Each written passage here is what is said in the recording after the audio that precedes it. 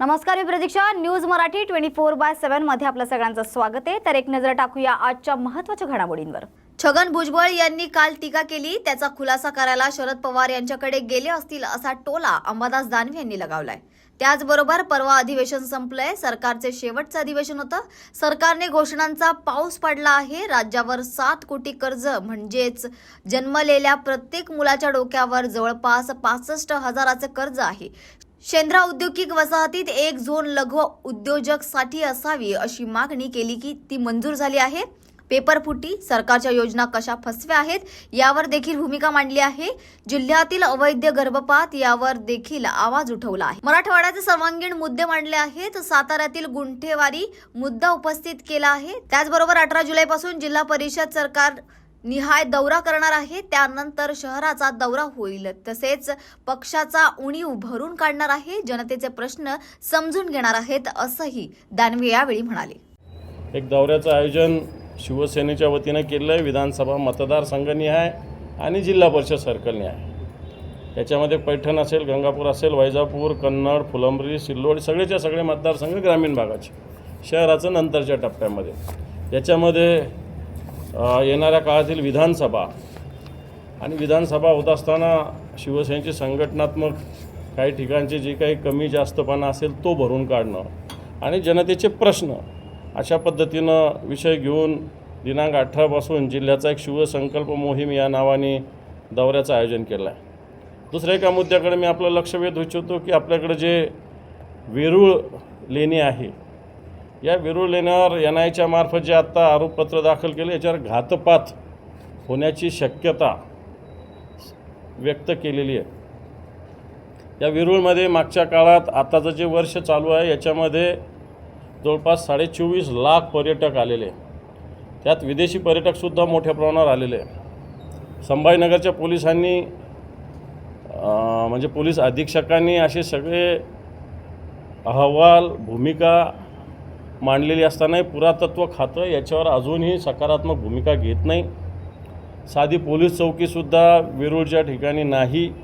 तिथं अनेक प्रकार होत असताना मग आतमध्ये जाताना तपासणी, तो एक गेट लावला जातो तो असेल, काही तपासणी झाली पाहिजे. जसं आपण ताजमहल पाहायला जातो, वेगवेगळ्या ठिकाणी जातो आपण, तर ह्या सगळ्या ठिकाणी ज्या पद्धतीनं तपासणी व्हायला पाहिजे तशी तपासणी वेरूळमध्ये होत नाही. आणि NIAचा असा अहवाल असतानासुद्धा पुरातत्व खातं त्याच्याकडे कमालीचं दुर्लक्ष करतं.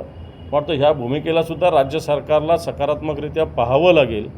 कारण वेरूळ लेणं हे आपलं जगातील जे 7 आश्चर्य त्याच्यातलं एक आश्चर्य आहे आणि त्याला जपणं ही जबाबदारी आहे. म्हणून जे काही आत्ता मागच्या काळात काही लोक संभाजीनगरातसुद्धा पकडले गेले, त्यांच्याकडून जी माहिती मिळाली त्याच्यानुसार घातपाताचं केंद्र वेरूळ असेल अशा प्रकारची भूमिका मांडली आहे. आणि त्याच्याविषयीसुद्धा मला असं वाटतं ह्या सगळ्या गोष्टी आत्ता होत आहेत, पण मागच्या 5-6 महिन्यांनीसुद्धा पुरातत्व खातं याच्यावर थोडंसुद्धा हालचाल करत नाही. ही भूमिकासुद्धा मला वाटतं येणाऱ्या काळात राज्य सरकारला एक कडवटपणे घेऊन वेरूळ लेण्याची सुरक्षितता, त्याचबरोबर अजिंठा लेण्याची सुरक्षितता, बिबिका मकबऱ्याची सुरक्षितता या विषयालासुद्धा सरकारला लक्ष द्यावं लागेल. ही भूमिका निश्चित आम्ही मांडू. बरोबर आहे, आता काँग्रेस फुटली आपण प्रचार करतो, परंतु हे लोक तसे मनाने ऑलरेडी काँग्रेसमध्ये नाहीच आहे. आता समजा जिशान सिद्दीकी याच्या वडिलांनी अजितदादाचा पक्ष जॉईन केलेला आहे. त्याच्यानंतर तो अंतापूरकर ऑलरेडी बिलकुल काँग्रेससोबत नाही आहे. असे अनेक 4-5 लोक आहेत. वाटतं कोणाचं नाव घेणं योग्य होणार नाही, परंतु नाव सगळ्यांनाच माहिती आहे, आम्हालाही माहिती आहे हे कोणते 5-7 लोक आहेत. आणि हे 5-7 लोक काँग्रेसला माहिती होतं काही फुटणार वगैरे सगळं माहिती होतं, म्हणून त्यांनी व्यवस्थित मतदान देताना कशा पद्धतीनं द्यायचं आणि यांना ट्रॅपमध्ये बरोबर अडकवलेलं आहे काँग्रेसनी. नाना पटोले साहेब असतील, बाळासाहेब थोरात असतील, पृथ्वीराज बाबा असतील, सत्यजित पाटील असेल, या 4-5 जणांनी मिळून बरोबर ट्रॅप लावून त्या ट्रॅपमध्ये या लोकांना आणलेलं आहे. त्यामुळे ते क्लिअर झालेले आहेत. 13 तारखेला मराठा आरक्षणाबाबत सरकारने शब्द दिला होता 1 महिन्याचा. 14-15 2 दिवस झाले सरकारने कुठलाही संपर्क केला नाही. काय वाटतं सरकार मान्य करेल? हे पण सरकार सगळ्याच समाजाला एक गाजर दाखवतं. मग मराठा समाज असेल की OBC समाज असेल, आणि याच्यामुळं सगळ्या समाजामध्ये नव्हे तर महाराष्ट्रामध्ये एक असंतोष निर्माण झालेला आहे. आज सरकार वेगवेगळ्या पद्धतीनं भूमिका मांडतं, देणार आहे का नाही देणार स्पष्ट बोलतच नाही. मराठ्यांना आरक्षण देताना आम्ही सगळे लोक सोबत होतो, नंतर तुम्ही सगळे सोयऱ्याचा अध्यादेश काढला, तुम्ही एकट्याने गुलाल घेतला अंगावर, मग त्या गुलालाचं काय झालं हा प्रश्न मराठा समाज विशेषतः मराठवाड्यातला विचारतोय. ओबीसी समाजसुद्धा विचारतोय की मराठ्यांना देणार तर आमचं काय होणार. सरकार त्यांचंही म्हणजे त्यांनाही गोंजारत आहे. इकडे राज्याचे उपमुख्यमंत्री ओबीसी समाजाशी बोलतात, मुख्यमंत्री मराठा समाजाशी बोलतात, आणि त्याच्याविषयी माननीय उद्धवजी ठाकरे साहेबांनी सुस्पष्टपणे भूमिका मांडलेली आहे. संभाजीनगराच्या मेळाव्यामध्ये या सगळ्या गोष्टी होत असताना सगळ्यांना एकत्र होऊन या विधानसभेमध्ये प्रस्ताव मान्य करून केंद्र सरकारकडे लोकसभेत अशा प्रस्ताव मान्य केला पाहिजे, आरक्षणाची मर्यादा वाढवली पाहिजे, ही भूमिका घेतली पाहिजे, अशी भूमिका मांडलेली. दुसरं होत असताना मनोज जरांगे पाटील जे उपोषण करतात यांना सरकार सातत्यानं खोटं आश्वासन देतं. नुसते तारीख पे तारीख असं म्हणता येईल अशा पद्धतीनं आश्वासन देतं. प्रत्यक्षात सरकार याच्यावर कोणती कारवाई करत नाही आहे. आणि त्याच्यामुळं ज्या पद्धतीनं मराठवाड्यामध्ये मनोज जरांगे पाटलांच्या सभा झाल्या, रॅल्या झाल्या, याच्यामध्ये जनतेच्या मनात एक रोष निर्माण झालेला आहे. त्याच्यावरच एक मुंबईत बरेच पैसे दिले सगळ्याच पक्षाला. हां, तर त्यात काय होईल असं वाटतं का तुम्हाला 7 दिवसामध्ये नोटीस द्या? हे पण मेगा इंजिनिअरिंग ही कंपनी सरकारने पाळून ठेवलेली कंपनी आहे. तुम्ही म्हणता सगळ्या पक्षाला, भारतीय जनता पार्टीला मेगा इंजिनिअरिंगचे सगळ्यात जास्त बॉन्ड या महाराष्ट्रात असो देशात असो मेगा इंजिनिअरिंग कंपनीने दिलेले आहे. आणि आजही अनेक काही कॉन्ट्रॅक्ट या मेगा इंजिनिअरिंग कंपनीला दिले गेलेले. आज असे रस्ते, आता परवा सभागृहात आम्ही असताना मुंबईच्या विकासामध्ये सिमेंटचे रस्ते का बांधायचे तर ते 40-40 वर्ष टिकतात म्हणून बांधायचे असं ठरलं. हे रस्ते जर वर्षभर टिकत नसतील तर अशा लोकांना नुसती नोटीस देऊन चालणार नाही. हे तर लोकांचा जीव घ्यायला टपलेले लोक आहेत आणि याच्यावर कडक कारवाई झाली पाहिजे असं आमचं मत आहे.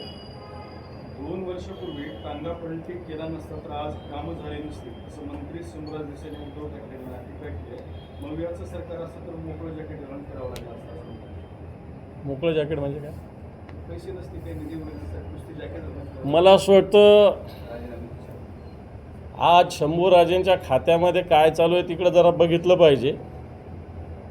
त्यांच्या खात्यामध्ये कोणतरी हिरा आहे, त्याच्याकडे मनी आहे.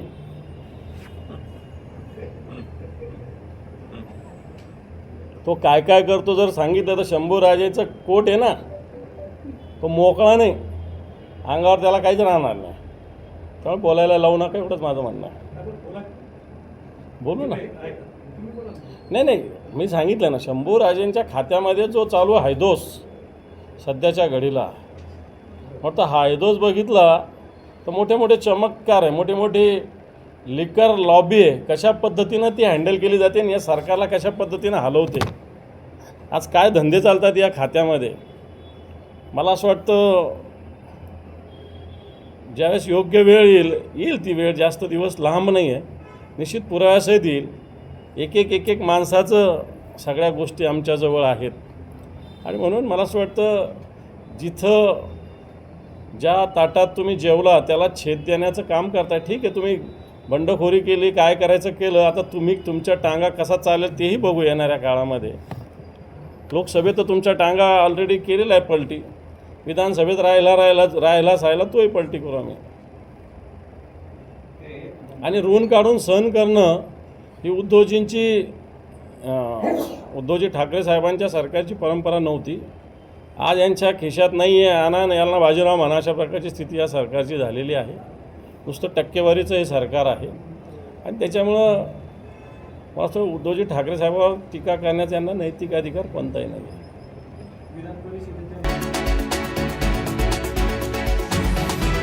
मंत्री दादा भुसे यांची पत्रकार परिषद पार पडली. यावेळी भुजबळ आणि शरद पवार यांच्या भेटीवर बोलताना ते म्हणाले की या प्रश्नांचं उत्तर छगन भुजबळच देतील. ते कुठल्या कामासाठी गेले आहेत ते सांगू शकतील. भुजबळ यांनी शरद पवार यांच्यासोबत काम केले आहे, त्यामुळे या भेटीबाबत तेच सांगू शकतील. आपल्या महाराष्ट्राची हीच संस्कृती आहे. सध्या आरक्षण मुद्द्यावर जी परिस्थिती निर्माण झाली आहे त्यावर चर्चेतून मार्ग काढण्याचा प्रयत्न होऊ शकेल. ओबीसी मुद्द्यावर मुख्यमंत्री एकनाथ शिंदे यांनी बैठक बोलावली होती. त्या बैठकीला विरोध पक्षनेते आले नाहीत, त्यामुळे गोंधळ उडाला असंही ते यावेळी म्हणाले. नाही, मी स्वतः या संदर्भामध्ये पोलीस प्रशासनाशी पण बोललेलो आहे. मग त्र्यंबकेश्वर असेल, इगतपुरी असेल आणि इतरही जी काही पर्यटन स्थळ आहेत, या पर्यटन स्थळांवर लहान मुलं, महिला, ज्येष्ठ मंडळी मोठ्या प्रमाणात असतात आणि म्हणून तिथलं जी काही शांतता अबाधित राहिली पाहिजे. पाठीमागच्या काळामध्ये आपण बघितलं की काही दुर्घटना राज्याच्या इतर ठिकाणी घडून आल्या आणि म्हणून तिथली कायदा व सुव्यवस्था पण सुरळीत राहिली पाहिजे. या संदर्भामध्ये मी स्वतः प्रशासनाशी बोललेलो आहे. नाशिक महापालिकेची सेटिंग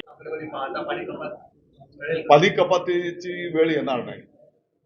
पर्यटन स्थळांवरती पर्यटकांची हुलडबाजी आहे. ते आता ते नाना पटोलेंना माहिती आणि ते खोसकरता आता त्यांनी कोणाला मत केले, काय केले ते आता आपण काय सांगू शकतो. मतदान हे गोपनीय असतं. आगामी विधानसभा निवडणूक आहे दादा. नाशिक जिल्ह्यात विधानसभा मतदारसंघात गेल्या 2.5 वर्षात 6 जणांचा मृत्यू झालाय. वेळोवेळी अपघात होत आहेत. साधारणपणे पुढच्या आठवड्यामध्ये महापालिकेचं एक आढावा बैठक आपण संपन्न करतो आहोत. त्याच्यामध्ये जे काही प्रमुख विषय आहेत त्याच्यामध्ये सिटी लिंक हा सुद्धा एक विषय आपण घेणार आहोत. आपण बघितलं असेल की मागच्याही एक दीड वर्षाच्या कालावधीमध्ये जेव्हा काही नाशिकमध्ये प्रमुख कार्यक्रम उपक्रम असतील तर त्याच काळामध्ये मग सिटी बस बंद करण्यात आली, आंदोलन करण्यात आलंय. अशा प्रकारच्या घटना त्या काळामध्ये तिकडे झालेल्या आहेत आणि म्हणून ही शेवटी नाशिककरांना एक प्रवास दळणवळणाच्या दृष्टिकोनातून महत्वाची सेवा त्या ठिकाणी आहे आणि ती सुरळीत चालू राहिली पाहिजे, यासाठीचं नियोजन केलं जाईल. साधारणतः नोव्हेंबर-डिसेंबर पर्यंत चौथा टप्पा त्या ठिकाणी पूर्ण होईल आणि मला वाटतं की तो प्रकल्प पूर्ण क्षमतेने कार्यान्वित झाल्याच्या नंतर मोठ्या प्रमाणात वाहनांना पण त्या ठिकाणी दिलासा निश्चितपणे मिळेल. हिरामण खोसकर यांचं मत कुठलं आहे? महायुतीच्या माध्यमातून महाराष्ट्रातल्या सर्व जागा लढवल्या जातील. नाशिक जिल्ह्यामध्ये पाणी टंचाई जाणवत होती. आता गेल्या 2-3 दिवसापासून समाधानकारक पाऊस झाला. एकूण काय परिस्थिती? मी स्वतः आयुक्तांच्या आणि आपण पण एकमेकांच्या संपर्कात नेहमीच होतो. सुदैवाने आपल्या संपूर्ण नाशिककरांना किंवा जिल्ह्याला पण ज्या ज्या ठिकाणी पाण्याची जी साधनं होती, आता जिथे पाण्याच्या अडचणीच होत्या तर तिथे टँकरच्या माध्यमातून ग्रामीण भागामध्ये पाणी देण्यात आलंय.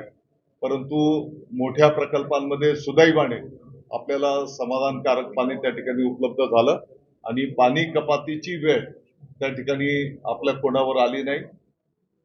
मालेगावला आम्ही पूर्वी 1 दिवसाआड द्यायचो, नंतरच्या काही कालावधीमध्ये 2 दिवसाआड पाणी दिलंय. लोकांना पाण्याची टंचाई त्या ठिकाणी निर्माण म्हणजे असं काळजीसारखं काही झालं नाही आणि ते पाणी त्या ठिकाणी आपल्याला सर्वांना पुरवून आलेलं आहे. मला वाटतं की आज मी त्याही संदर्भामध्ये आकडेवारी त्या ठिकाणी घेतो आहे आणि पाणी कपातीची वेळ आपल्या नाशिककरांवर आलेली नाही, ही आनंदाची गोष्ट आहे.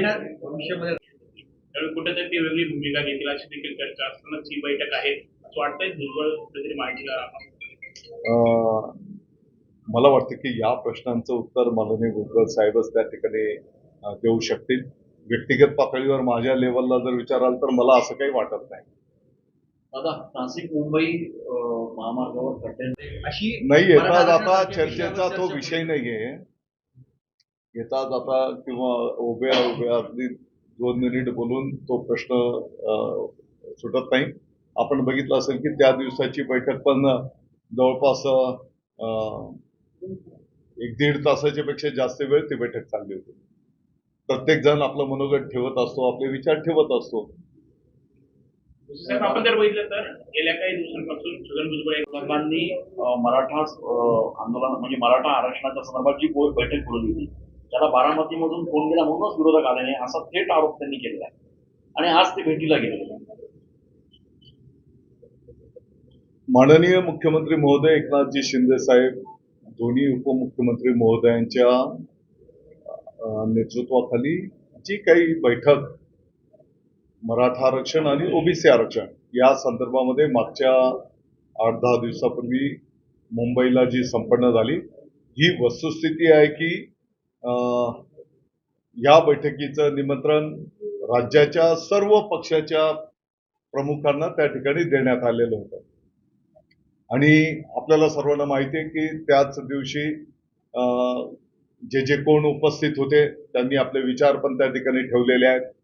आणि विरोधी पक्ष म्हणून महाविकास आघाडीचे नेते पण त्या ठिकाणी अपेक्षित होते, परंतु ते त्या दिवशी आले नाहीत. ही पण वस्तुस्थिती आहे, आपण सगळ्यांनी ते पाहिलेलं आहे. भुजबळ साहेब आता या टोल नाक्यांवर आपण सूचना केलेली आहे तरी ते पालन करत नाहीये. अनेक ठिकाणी खड्डे मोठ्या प्रमाणात पण टोल नाक्यावाल्यांचं दुर्लक्ष येतं. तुम्ही त्यांना काही हे करणार नाही, मी मान्य केलंय ना, ते नाकारण्याचा कुठे विषय येतो, मी मान्य केलंय. आणि हे खड्डे ताबडतोबीने बुजवले गेले पाहिजे असे सूचना देण्यात आलेल्या आहेत. तुमच्याच पक्षाचे माजी खासदार हेमंत गोडसे यांनी खड्ड्यासाठी आंदोलन करून 15 दिवसाचा अल्टिमेटम दिलेला आहे. 15 दिवसात जर खड्डे नाही बुजले तर ते टोल बंद करणार असं त्यांनी सांगितलं. माझं म्हणणं आहे की 15 दिवसांची पण वाट बघण्याचं काही कारण नाही. ज्या दिवशी खड्डा झाला तर तो ताबडतोबीने दुरुस्त करणं, तो खड्डा बुजवणं ही डिपार्टमेंटची जबाबदारीच आहे. त्याची परिस्थिती नाही ना. मान्य आहे.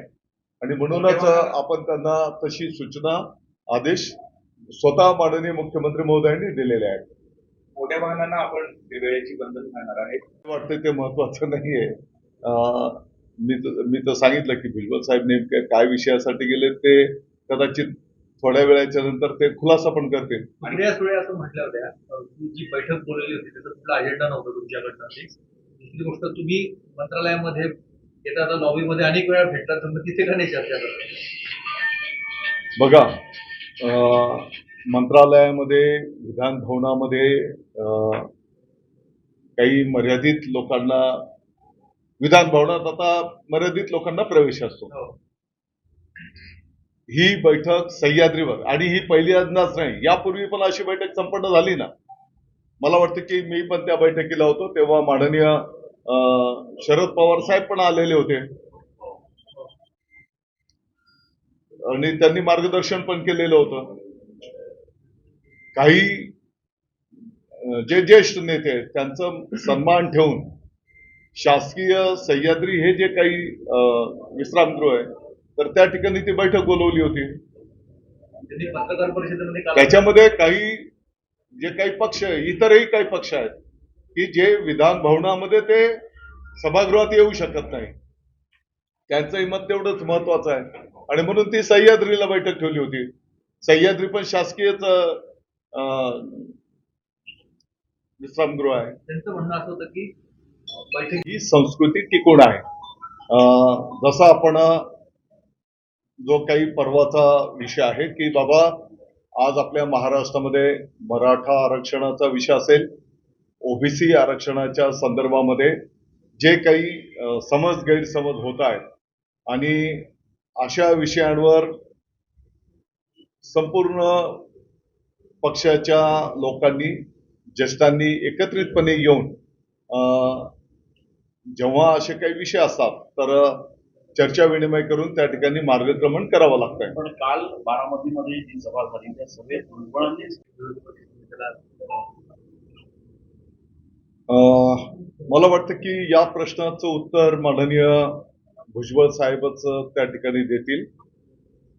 कोणत्या कामाच्यासाठी ते भेटीला गेलेले आहेत, कोणत्या विषयासाठी भेटीला गेलेले आहेत. अर्थात आपल्याला सर्वांना माहिती आहे की भुजबळ साहेबांनी यापूर्वी पण राष्ट्रवादी काँग्रेस पक्ष म्हणून माननीय पवार साहेबांच्या नेतृत्वाखाली त्या ठिकाणी काम केलेलं आहे. माननीय पवार साहेब ज्येष्ठ नेते आहेत. आता भुजबळ साहेबच सांगतील की कोणत्या कामाच्यासाठी किंवा कोणत्या विषयासाठी पवार साहेबांच्या भेटीला ते गेलेले आहेत. काल बारामती आपण जर बघितलं असेल तर लोकसभेच्या निवडणुकीमध्ये विरोधकांनी खोट्या गोष्टींचा एक नॅरेटिव्ह सेट करून घटना बदलली जाईल, संविधान बदलून टाकतील अशा पद्धतीने खोट्या अफवा पसरवल्या. त्याच पद्धतीने काही लोकांना तुमचं आरक्षण काढून घेतलं जाईल, तुम्हाला सवलतींचा जो लाभ मिळतो तो मिळणार नाही. त्याच्यासोबतच काही समाजाला कदाचित तुम्हाला भारतात राहायला मिळणार नाही, अशा पद्धतीच्या खोट्या अफवा त्या ठिकाणी पसरवल्या गेल्या. दुर्दैवाने आम्ही ते खोडून काढू शकलो नाही, ही पण वस्तुस्थिती आहे. आणि म्हणून याचा एक गठ्ठा मतदानाचा फायदा महाविकास आघाडीला त्या ठिकाणी झाला. आणि काही ठिकाणी आपण जर बघितलं, आता धुळे लोकसभा मतदारसंघात 3,400 मताने त्या ठिकाणी महायुतीच्या उमेदवाराचा पराभव झाला.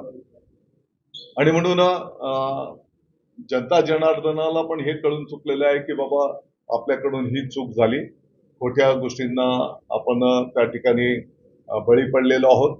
आणि आताच्या घडीला ज्या योजना आपल्या सरकारने घोषित केलेल्या आहेत त्याची अंमलबजावणी पण येणाऱ्या महिन्याच्या पासून संपूर्ण महाराष्ट्रामध्ये होणार आहे.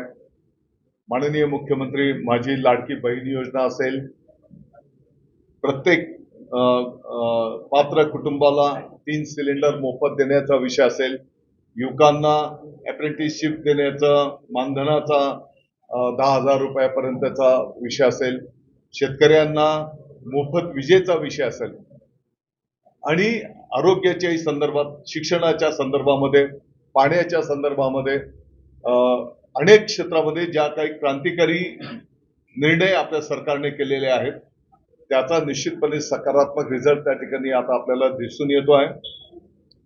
अधिवेशनाच्या नंतर पण नेहमीप्रमाणे विरोधकांनी काही नेरेटिव्ह खोट्या गोष्टी सेट करण्याचा प्रयत्न चालवलेला आहे, परंतु आता जनता जनार्दन त्याला थारा देत नाही, हे पण आपण पाहतो आहोत. जिल्ह्यात किती लागतोय या संदर्भात आपल्याकडनं काही अधिकाऱ्यांना सूचना किंवा काय? ऑलरेडी या संदर्भामध्ये ठाण्याचे जिल्हाधिकारी महोदयांनी एक बैठक संपन्न केली. त्या बैठकीमध्ये मग नॅशनल हायवेची ऑथॉरिटी असेल, ट्रॅफिक पोलीस असतील, रेग्युलर पोलीस डिपार्टमेंट असेल, या सर्व डिपार्टमेंटशी त्यांनी संवाद साधलेला आहे. मी स्वतःही नॅशनल हायवेशी बोललेलो आहे. जे काही पुलांचं काम काही ठिकाणी सुरू आहे, अंडरपास, आणि त्या पुलांच्या ठिकाणी साईडचे जे रस्ते आहेत त्या ठिकाणी त्या रस्त्यांना खड्डे पडल्यामुळे त्या ठिकाणी ट्रॅफिक जाम होते, ही वस्तुस्थिती आहे. आणि आपल्या नाशिककरांना तर त्याचा जास्तही त्रास होतो, ही पण वस्तुस्थिती आहे. आणि म्हणून ताबडतोबीने डागडुजी करण्याचे आदेश माननीय मुख्यमंत्री महोदयांनी पण त्या ठिकाणी दिलेले आहेत. आणि येणाऱ्या आठवड्यामध्ये परत एकदा मी सर्व यंत्रणांची स्वतः बैठक घेतो आहे. आपण अल्टिमेटम काय त्यांना कामाचा दिलेला आहे पुढच्या दिवसात काही? नाही, वास्तविक हे सांगण्याची पण आवश्यकता नाही पडली पाहिजे. ज्या ठिकाणी ट्रॅफिक जाम होतो आहे, 2-2 तास जर वाहनांचा खोळंबा होतोय, कोणाचं अतिशय महत्वाची कामं असतात, काही वेळेस पेशंट असतो, तर त्या जो विभाग असेल, आता MSRDCचा पण भिवंडी बायपास आमच्या डिपार्टमेंटचा विषय आहे, त्यांना पण आमच्या स्टँडिंग इन्स्ट्रक्शन आहेत. परंतु भिवंडीच्या बाजूला जे काही मोठ्या प्रमाणात गोडाऊन्स आहेत आणि जे काही मोठे ट्रॉलर असतात त्या ट्रॉलरांमुळे त्या ठिकाणी मोठ्या प्रमाणात ट्रॅफिक जाम होत असते. तो ट्रॉलर जेव्हा त्याला अपोजिट साईडला जायचं असतं आणि जेव्हा तो क्रॉस करतो तो पाठीमागचे पण ट्रॅफिक जाम करतो आणि समोरचे पण तो ट्रॅफिक जाम करतो. आणि म्हणून अंडरपासची जी कामं आहेत त्याला पण आम्ही गती देतो आहोत. मला वाटतं की जिथपर्यंत भिवंडी बायपासचा विषय, तर साधारणतः ऑक्टोबर-नोव्हेंबर महिन्याच्या पर्यंत बऱ्यापैकी काम त्याचं पूर्णत्वाला गेलेलं आपल्याला त्या ठिकाणी दिसून येईल. आणि ते जे मोठ्या प्रमाणात गोडाऊन्स आहेत त्या गोडाऊन्सवाल्यांना पण ट्रॅफिक जाम होणार नाही याची काळजी घ्यायची सूचना केलेली आहे. आणि अशी ही जी काही जड वाहनं आहेत या जड वाहनांना एक वेळेचं बंधन घालणं याचाही निर्णय आम्ही त्या ठिकाणी करतो आहोत. पण दादा, ज्या ठिकाणी राज्याच्या राजकारणातली घडामोड आताची म्हणजे छगन भुजबळ शरद पवार यांच्या भेटीसाठी सिंधुदुर्ग या ठिकाणी गेलेले आहेत. नेमकं काय त्याच्या मागचं कारण असू शकतो, आपलं काय म्हणणं? आज आपल्या नाशिकमध्ये ITIचे 2000 विद्यार्थ्यांना अप्रेंटिसशिपच्या साठी दाखला देण्याचं प्रस्तावित करण्यात आलेलं आहे आणि साधारणतः वर्षभराचा त्यांना अनुभव त्या ठिकाणी अप्रेंटिसशिपच्या माध्यमातून मिळेल आणि त्यांच्या भविष्याच्या नोकरीच्या दृष्टिकोनातून त्याचा निश्चितपणे त्या ठिकाणी फायदा होणार आहे. त्याच्यासोबतच माननीय मुख्यमंत्री माझी लाडकी बहीण योजना आणि वयश्री योजना या दोन्ही योजना प्रभावीपणे आपल्या नाशिक जिल्ह्यामध्ये प्रत्येक तालुक्यात, प्रत्येक गावामध्ये, प्रत्येक वॉर्डमध्ये त्याची प्रभावी अंमलबजावणी झाली पाहिजे. या योजनेच्या पासून पात्र लाभार्थी वंचित राहता कामा नये आणि म्हणून एक आढावा बैठक पण आम्ही त्या ठिकाणी संपन्न करतो आहोत आणि या सर्व महत्वाकांक्षी योजनेचा लाभ प्रत्येक लाभार्थ्यापर्यंत पोहोचला पाहिजे यासाठी त्या ठिकाणी नियोजन करतो आहोत. जामा मशिदीचा फतवा निघाल्यानेच राहुल गांधी वारीत पायी चालले नाहीत असं वक्तव्य तुषार भोसले यांनी केले. तसेच वारी आणि वारकरी हे एक अतूट नातं आहे. महायुतीच्या सरकारनं पहिल्यांदा आणि महत्त्वपूर्ण हा ऐतिहासिक निर्णय घेतलाय. या निर्णयाबद्दल मी महायुतीच्या सरकारचं अभिनंदन करतो. आषाढी वारीत काँग्रेसचे नेते राहुल गांधी हे वारीत पायी चालणार होते. त्यांचा हा दौरा स्थगित झालाय. जामा मस्जिदचा फतवा हा गांधी घराणा पाळतो. राहुल गांधी आषाढी वारीमध्ये चालले नाहीत. जामा मस्जिद समस्यांचा रोष त्यांच्यावर झाला असता असंही ते यावेळी म्हणाले. महाराष्ट्र वारी आणि वारकरी हे एक अतूट नातं आहे. पंढरपुरात आषाढी कार्तिकीची यात्रा आणि महाराष्ट्रात वर्षभरात अनेक वारकरी संप्रदायाच्या यात्रा असतात. पण असं असताना सुद्धा वारकऱ्यांना सुखसुविधा मिळाव्यात आणि वारकरी संप्रदायातल्या विविध घटकांसाठी कल्याणकारी योजना राबवाव्यात याच्यासाठी कुठलंही एखादं महामंडळ, समिती, आयोग, मंडळ असं काहीही राज्यात अस्तित्वात नव्हतं आणि महायुतीच्या सरकारने पहिल्यांदा हा ऐतिहासिक आणि महत्त्वपूर्ण निर्णय वारकरी संप्रदायासाठी घेतला आणि मुख्यमंत्री वारकरी महामंडळाची निर्मिती करण्यात आली. या निर्णयाबद्दल मी महाराष्ट्राचे मुख्यमंत्री माननीय एकनाथ शिंदेजी, उपमुख्यमंत्री माननीय देवेंद्र फडणवीसजी, अजितदादा पवारजी आणि संपूर्ण महायुती सरकारचं अभिनंदन करतो. या निर्णयाचं स्वागत करतो आणि या महामंडळाच्या माध्यमातून वारकरी संप्रदायासाठी उत्तमोत्तम कार्य आणि योजना राबवल्या जातील अशी आशा बाळगतो. राहुल गांधी सामील होणार होते वारीमध्ये, नेमकं काय झालं ते अजून दिसले नाही. असं आहे की हिंदूंना हिंसक म्हणणारे राहुल गांधी वारीमध्ये पायी वारी करणारच नाहीत याच्याविषयी आम्ही ठाम होतो. पण महाराष्ट्रातल्या काँग्रेसच्या नेत्यांनी राहुल गांधींना येण्याचा आग्रह धरला होता आणि ते वारंवार सांगत होते की ते 14 तारखेला पायी वारी करणारच आहेत. पण महाराष्ट्रातल्या मस्जिदींनी तक्रार केल्यानंतर दिल्लीच्या जामा मस्जिदने राहुल गांधींना दरडावून सांगितलं आहे की हिंदू मतांसाठी तुम्ही जर पायी वारी करणार असाल तर त्यातनं आम्ही प्रचंड नाराज होऊ आणि आमच्या रोषाची फळं तुम्हाला भोगावी लागतील. हा फतवा आल्यानंतरच राहुल गांधींनी पायी वारीला येण्याचं टाळलं आहे. पैशांच्या बळावर ज्या प्रकारे क्रॉस वोटिंग करून घेतलं ही एक प्रकारे संविधानाची हत्या आहे असा आरोप संजय राऊत यांनी केलाय. त्याचबरोबर आज आपण पाहिलं असेल मी गेले 2.5 वर्ष या महाराष्ट्रामध्ये घटनाबाह्य सरकार काम करत आहे. हे सरकार घटनाबाह्य आहे आम्ही म्हणत नाही तर या देशातील पक्षांतर बंदी कायदा सांगतो. या देशाच्या सर्वोच्च न्यायालयाने महाराष्ट्रातले सरकार हे बेकायदेशीर आहे अशी टिप्पणी केली आहे. हा शिक्कामोर्तब केला आहे. तरीही सरकार चालवलं जाते. ते फक्त आमदारांची खरेदी विक्री करून प्रत्येक निवडणुकीत हे घटनाबाह्य सरकार कधी मतदारांना आमिष दाखवा तर कधी आमदारांना आमिष दाखवा आणि याला जबाबदार या देशातील सर्वोच्च न्यायालय आहे. या देशाची न्यायव्यवस्था तारीख पे तारीख आज सुद्धा 14 जुलैला सुनावणी होणार होती. ती 14 ऑगस्टला केली. यातून पक्षांतर करणाऱ्या अनेक क्रॉस वोटिंग करणाऱ्या आमदारांना प्रोत्साहन मिळते.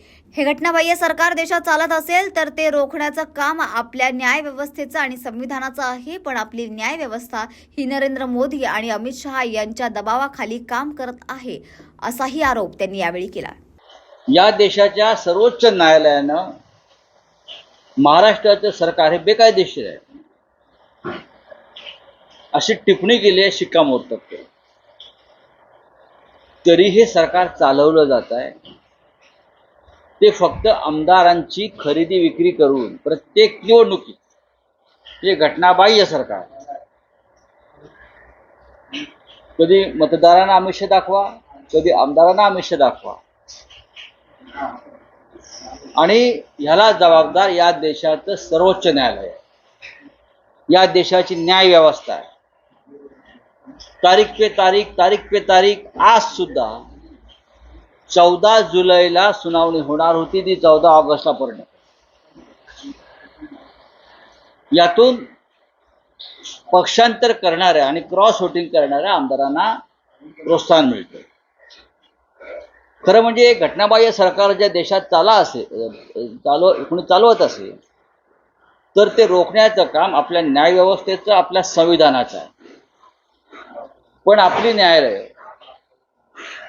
ही नरेंद्र मोदी आणि अमित शहाच्या दबावाखाली काम करतायत का, ही आता लोकांना शंका येऊ लागली. महाराष्ट्रामध्ये ज्या प्रकारचं क्रॉस वोटिंग झालं त्याला जबाबदार आपली न्यायव्यवस्था आहे, पक्षांतर बंदी कायद्यातल्या त्रुटी आहेत, आणि न्यायालयामध्ये यांच्यावरती वारंवार 2.5 वर्ष आम्ही तारखांवर तारखा घेतोय, ते कारवाई करत नाही. त्याच्यामुळे यांची भीती चेपलेली आहे.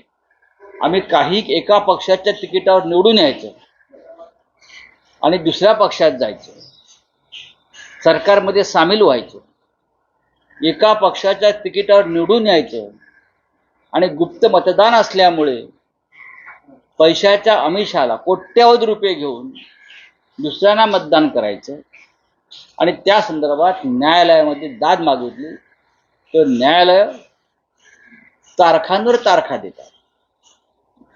महाराष्ट्राचं सरकार घटनाबाह्य बेकायदेशीर आहे हे किती वेळा सांगावं न्यायालयानं आतापर्यंत.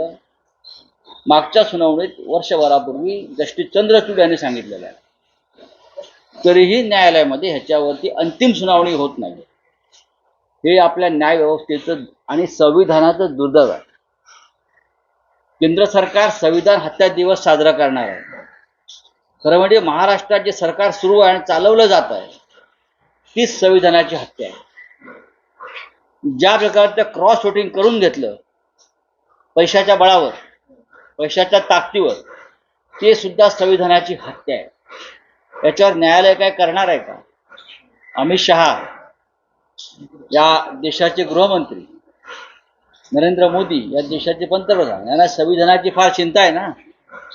मग स्वतः संविधानाची प्रतिष्ठा राहील अशा प्रकारचं वर्तन त्यांचं सरकार आणि त्यांचा पक्ष करतोय का? गैरसंविधानिक पद्धतीचं सरकार ते केंद्रात महाराष्ट्रात चालवत आहेत आणि केंद्र सरकार ज्यांना संविधानाची फार चिंता सध्या लागली आहे त्या सरकारला पाठबळ देत आहे. या राज्याचं दुर्दैव आहे. काँग्रेस पक्षानं कारवाई करायचं ठरवलं असेल ते त्यांचं स्वागत आहे. पण आम्ही स्वतः आमच्या साधारण 40 आमदारांच्या विरुद्ध, राष्ट्रवादी काँग्रेस पक्ष त्यांच्या 40 आमदारांच्या विरुद्ध, बरं का, की संविधानानुसार आम्हाला न्याय पाहिजे, घटनेतल्या संविधानातल्या 10व्या शेड्यूलनुसार आम्हाला न्याय पाहिजे हे सांगतोय न्यायालयाला, सर्वोच्च न्यायालयाला. आणि आम्हाला फक्त तारखा दिल्या जात आहेत. प्रत्येक तारीख, या प्रकरणातली प्रत्येक तारीख जी आम्हाला मिळते आहे ती तारीख म्हणजे संविधानाची हत्या आहे. एवढंच मी सांगतो. सर, आपण गेला काही काळ राजकारणात सक्रिय आहात. यापूर्वी विधान परिषद असेल किंवा राज्यसभा असेल या निवडणुकीमध्ये एक तर बिनविरोध निवडणूक होती. मला आश्चर्य वाटत आहे. हो, बरोबर आहे की खरं म्हणजे राज्यसभेत सुद्धा निधी दिल्याचं आम्ही केलं जातं. 200 कोटीचे निधी दिले प्रत्येकाला. 200 कोटींचे निधी दिले. पैसे नाही आहेत. 8 लाख कोटीचं कर्ज आहे महाराष्ट्रावर. महाराष्ट्र सरकारवरती 8 लाख कोटीचं कर्ज आहे. 200 कोटींचा निधी उधळला गेला मत देणाऱ्या याच्यावरती, आणि 10 कोटीपासून 25 कोटीपर्यंत रोख रक्कम देण्यात आला. आणि काही आमदारांना जमिनी देण्यात आल्या. हे काय संविधानाला धरू नका मिस्टर शहा. आपण जे परिपत्रक काढलं 25 जून संविधान हत्या दिवस. मग हे जे चाललंय या महाराष्ट्रात हे का संविधानाला धरून आहे का, याचा खुलासा आपण केला पाहिजे. देवेंद्र फडणवीसांनी केला पाहिजे. मला आश्चर्य वाटतंय की समाजवादी पार्टी किंवा MIM किंवा अन्य अनेक लोक जे स्वतःला एका वेगळ्या विचाराचे लोक मानतात, त्यांनी कोणाला मतदान केलं हे प्रामाणिकपणे सांगायला पाहिजे. सर एमएलसी चुनाव में क्रॉस वोटिंग हुई है. सर एमएलसी चुनाव में क्रॉस वोटिंग हुई है. कुछ लेन देन की भी बात सामने आई बड़ी है. सिर्फ लेन देन की नहीं, बड़ी लेन देन की बात हुई. टेम्पो और ट्रक, इतना पैसा दिया गया है. टेम्पो और ट्रक, देखिए ये इसके लिए जिम्मेदार हमारी जुडिशरी, हमारी न्याय व्यवस्था. एक पार्टी के उम्मीदवार बनते हैं, चुनकर आते हैं और दूसरे पार्टी को वोट करते हैं, क्योंकि गुप्त मतदान है, सीक्रेट वोटिंग. हम ये इसके लिए जिम्मेदार हमारी जुडिशरी, हमारी न्याय व्यवस्था. एक पार्टी के उम्मीदवार बनते हैं, चुनकर आते हैं और दूसरे पार्टी को वोट करते हैं, क्योंकि गुप्त मतदान है, सीक्रेट वोटिंग. हम लगभग 2.5 साल से सर्वोच्च न्यायालय के सामने हमारा माथा फोड़ रहे हैं. हमारे 40 MLA और शरद पवार साहब के राष्ट्रवादी कांग्रेस के 40 MLA, जिसने पार्टी बदल दी है, उसके खिलाफ एक पिटीशन चल रही है. और जस्टिस चंद्रचूड़ ने कहा है ये गैरकानूनी है, ये सीधा सीधा पक्षांतर विरोधी जो कानून है, दल बदल कानून के खिलाफ है. ये कहाँ है? सब कुछ गैर कानूनी है, फिर भी एक गैर संवैधानिक सरकार महाराष्ट्र में अगर कोई चला रहा है तो मैं मानता हूँ ये संविधान की हत्या है. सिर्फ इमरजेंसी का एक दिन संविधान की हत्या नहीं है, और ये संविधान की हत्या देश के गृह मंत्री, देश के प्रधानमंत्री न्यायालय के माध्यम से कर रहे हैं. हम 2.5 साल से सर्वोच्च न्यायालय के सामने ये मुद्दा लेकर खड़े हैं कि महाराष्ट्र में एक अनकॉन्स्टिट्यूशनल गवर्नमेंट सरकार केंद्र की मदद से चल रही है. वो खुलेआम विधायक हो, सांसद की खरीदी बिक्री, बराबर परचेस डीलिंग कर रही है, और हमें सिर्फ तारीख पे तारीख मिल रही है, तारीख पे तारीख. 14 जुलाई को आर्गुमेंट होने वाला था या अंतिम, अब 14 अगस्त दे दिया. हर तारीख जो हमको मिलती है इस मामले में, वो हर तारीख संविधान की हत्या मानता हूँ. और उसके लिए हमारी न्याय व्यवस्था, सुप्रीम न्याय व्यवस्था, देश के गृह मंत्री और इस देश के प्रधानमंत्री जिम्मेदार. रहमान पे भी सवाल उठाया कि उन्होंने किसको वोट जिस दिया तरह से क्रॉस शूटिंग हुआ है और जिस तरह से ज़्यादा वोट्स इस अनकॉन्स्टिट्यूशनल असंवैधानिक सरकार को मिले हैं, तो सभी ने अपने सीने पर हाथ रखकर कहना चाहिए कि मैंने किसको वोट दिया और नहीं दिया है. फिर हमारे महाविकास आघाड़ी के जो साथी हैं, चाहे समाजवादी पार्टी हो, चाहे और भी है लोग, हाँ, ना कांग्रेस के साथ जो बेईमानी हुई है उनके लोगों ने की है, उसके लिए कौन जिम्मेदार है? कानून, संविधान की हत्या करने वाले जो दिल्ली में बैठे हैं, जो मुख्यमंत्री पद पर बैठे हैं, उनका इस्तीफा होना चाहिए. हम 40 हमारे जो MLA और NCP के 40 MLA के खिलाफ जो हमारी पिटीशन है, इसलिए है उनको डिस्क्वालीफाई करिए. जब ये न्यायालय करेगा तभी इस प्रकार से जो गैर संवैधानिक काम करते हैं विधायक, उनको कहीं ना कहीं रोक लगेगी. लेकिन उसके लिए इंकरेजमेंट देने का काम हमारी न्याय व्यवस्था, हमारा गृह मंत्रालय और हमारा PMO ऑफिस कर रहा है. नोटबंदीचा निर्णय देखील फसला होता या देशामध्ये या सरकारचा. मग हा दिवस कोणता साजरा केला पाहिजे? संविधानिक हत्या दिवसच आहे.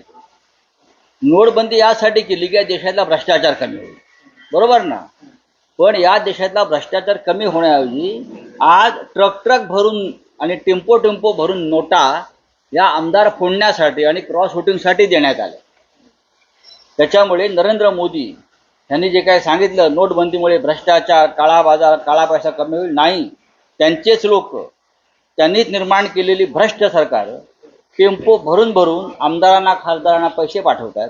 हा पैसा आला कुठून हे नरेंद्र मोदीजींनी सांगावं. ज्या हसन मुश्रीफ यांच्यावर ईडीने धाडी घातल्या भ्रष्टाचारी म्हणून, त्या नागड्या पोपटलालांना जाऊन कोल्हापूरला तमाशा केल्या, त्या हसन मुश्रीफ यांच्या एका कार्यक्रमासाठी देशाचे गृहमंत्री अमित शहा येत आहेत. हे किती ढोंगी आणि बकवास लोक आहेत ते तुम्ही पहा. सर, अर्बन नक्सल कानून लाया जा रहा है जिसमें अगर कोई कुछ बोले तो ये अर्बन नक्सल कानून जो है वो अपने विरोधियों को तकलीफ देने के लिए बहुत से कानून लाए, लेकिन खुद के ऊपर नहीं चलाते लोग. दवा खुद नहीं लेते, वो दवा में जहर मिलाकर दूसरे को देते हैं. Thank you.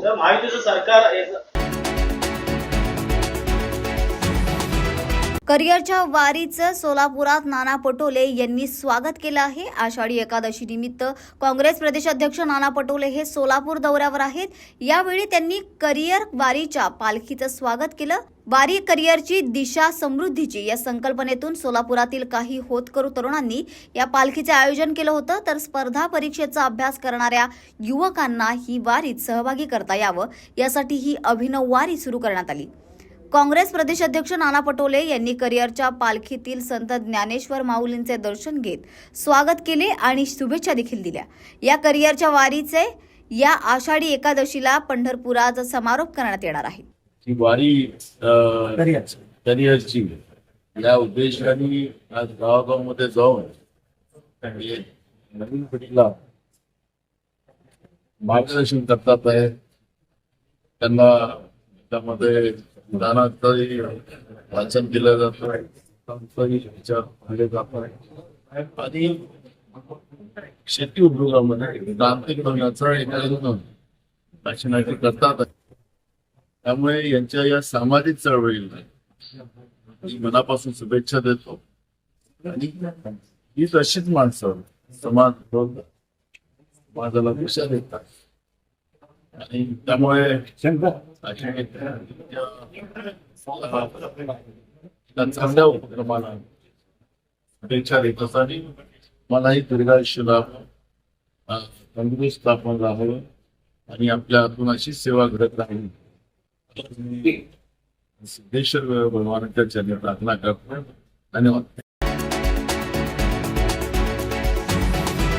कोकण रेल्वे ठप्पचा मोठा परिणाम रेल्वे प्रवाशांवर होताना दिसत आहे. गेल्या 15 तासांपासून कोकण रेल्वेचे अनेक प्रवासी हे रत्नागिरी रेल्वे स्टेशनवर म्हणजे जनशताब्दी आणि तुतारी एक्सप्रेस गाड्या रत्नागिरी स्टेशनवर या खोळंबल्या आहेत. प्रवाशांचे मोठे हाल त्यामुळे होत आहेत आणि वर्किंग डे असल्याने कोकण रेल्वे प्रशासनाने प्रवाशांची जाण्याची सोय करावी. तसेच रेल्वे स्टेशनवरती मुबलक पाणी देखील नाही ते त्याचीही उपलब्धता करावी अशी मागणी प्रवाशांकडून केली जात आहे. काल 5 वाजल्यापासून मी जनशताब्दी एक्सप्रेसमध्ये आहे. जवळजवळ आता 15 तास झालेले आहेत. मी रत्नागिरीला आहे. अजून काही वाहतूक चालू झालेली नाही आणि त्याच्याबद्दल काही अशी माहिती आम्हाला अजून भेटत नाही आहे. कामावर तर आजचा खाडा झालेला आहे, पण लवकरात लवकर प्रवाशांची सोय करण्यात यावी. जवळजवळ आता 13-14 तास होत आलेले आहेत. 6 वाजता इथे ट्रेन आलेले आणि पाऊस पण होतो रात्रभर आणि त्याच्यामुळे लोकांचे खूप खोळंबा झालेले आहे. आता जवळ सकाळी आता 7:30-8 वाजत आले. अजून लोक अपेक्षित आहेत की ट्रेन लवकर सुटेल म्हणून, पण अजून काय तसं कोण काही सांगत नाही, ठोस असं काही सांगत नाही आहे की बाबा आता या 8:30ला या 8:45ला काय ट्रेन सुटेल वगैरे असं कोणीही अजून सांगत नाही.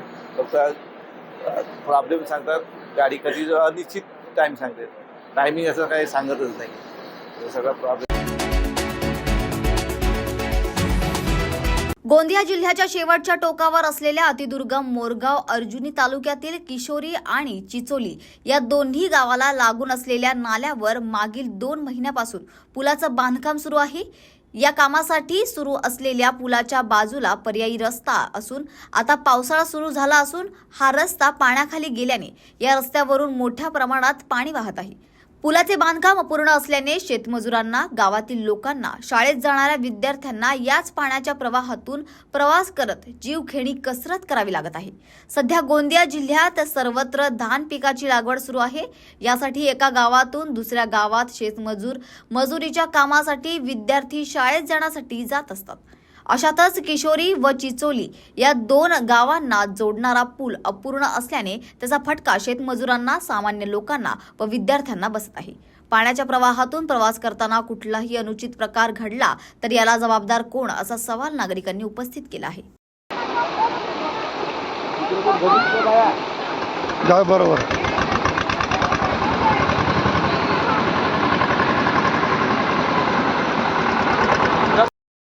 जाण्यासाठी चिखलीचे लोक आहेत, म्हणजे आपलं ट्रॅक्टर वगैरे जाऊन राहिलेले आहेत, त्याच्यामुळे खूप अडचण आहे. आणि हा काम सर्व पाणी चालू आहे, गड्डे पडले आहेत. मी शेतावर गेलो होतो आणि ह्या नदीच्या वडीच्या पुलावर तो काम अपुरा आहे, त्याच्यामुळे आम्हाला शेतकऱ्यांना खूप जाण्याकरता भीती आहे आणि खूप पाणी वाढलेलं आहे. तरी पण ह्या रस्त्याच्या लवकरात लवकर बंदोबस्त करून आम्हाला साधन करून द्यावी ही माझी विनंती आहे. वारकऱ्यांच्या वेशभूषेतील लहान मुले, पालखी मिरवणूक आणि मिठू नावाचा गजर अशा विठ्ठलमय वातावरणात नाशिक शहरातील बॉईज टाउन शाळेत विद्यार्थ्यांचा रिंगण सोहळा रंगला. विठ्ठल रखुमाई, संत ज्ञानेश्वर, संत तुकाराम, वासुदेव व अन्य संतांच्या वेशभूषा केलेल्या विद्यार्थी रिंगण सोहळ्यात आकर्षण ठरले. दरवर्षीप्रमाणे यंदाही नाशिकच्या बॉईज टाउन इंग्लिश मीडियम स्कूलमध्ये आषाढी एकादशीच्या पार्श्वभूमीवर दिंडी सोहळा मोठ्या उत्साहात पार पडला. शाळेतील सर्व मुलामुलींनी यावेळी वारकऱ्यांचे पोशाख परिधान केले. कोणी विठोबा तर कोणी वासुदेव बनले होते. सकाळी शाळेच्या मैदानावर पालखी सोहळा पार पडताच पंढरपूरच्या वारीप्रमाणे रिंगणचं देखील इथे आयोजन करण्यात आलं होतं. मुलांच्या हातात भगवे झेंडे तर मुलींच्या डोक्यावर तुळशी वृंदावन हे बघून जणू खरंच पंढरपूरच्या वारीला निघाल्याचा भास होत होता. एरवी शाळेच्या गणवेशात असलेले लहान मुलं मुली आज पांढरा झब्बा, डोक्यावर टोपी, कपाळी बुक्का, गळ्यात टाळ आणि नऊवारीत असलेल्या मुली केसात गजरा, डोक्यावर तुळस आणि विठ्ठल नामाची शाळा भरली. शाळा शिकताना तहानभूक हरली या अभंगाप्रमाणे विठ्ठल रखुमाईच्या भक्तीत दंग झालेले बालवारकरी बॉईज टाउनमध्ये अवतरले. यावेळी ज्ञानाच्या मंदिरात भोळ्या विठ्ठलाच्या हरिनामाचा गजर झाला. अनअवघी शाळा दिंडी सोहळ्याच्या भक्तिरसात तल्लीन झाल्याचे पाहायला मिळाले.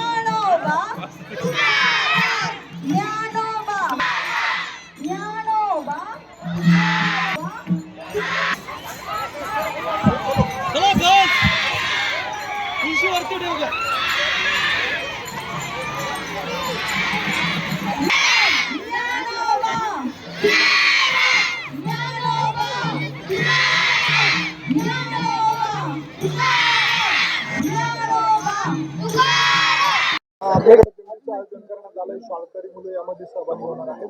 काय या मागचं नेमकं नियोजन आहे? रामकृष्ण हरी. आजच्या या बॉईज टाउनच्या वारीमध्ये आणि दिंडीमध्ये सर्वांचे स्वागत. बॉईज टाउनची दिंडी जी आहे ती दरवर्षी अत्यंत उत्साहाने साजरी केली जाते आणि याही वर्षी आम्ही जवळजवळ 2000 विद्यार्थी आणि शिक्षक वृंद यांनी सहभाग घेतलेला आहे.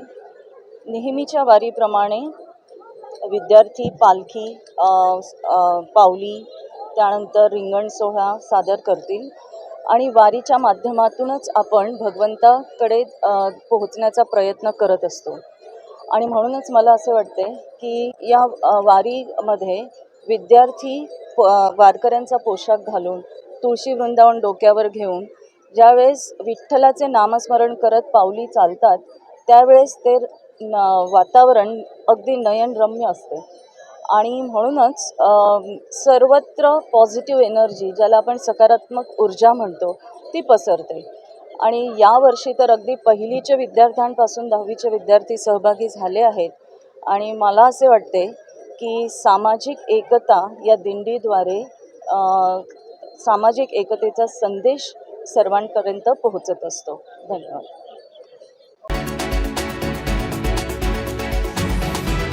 काँग्रेस प्रदेशाध्यक्ष नाना पटोले यांचा आज म्हणजे सोमवारी 15 जुलै रोजी पंढरपूरचा दौरा हा कार्यक्रम पार पडलाय. तर काँग्रेस प्रदेशाध्यक्ष नाना पटोले यांनी पंढरपूर येथील पिराची कुरोली येथे जगद्गुरू संत तुकाराम महाराज यांच्या पालखीचे दर्शन घेतले आहे.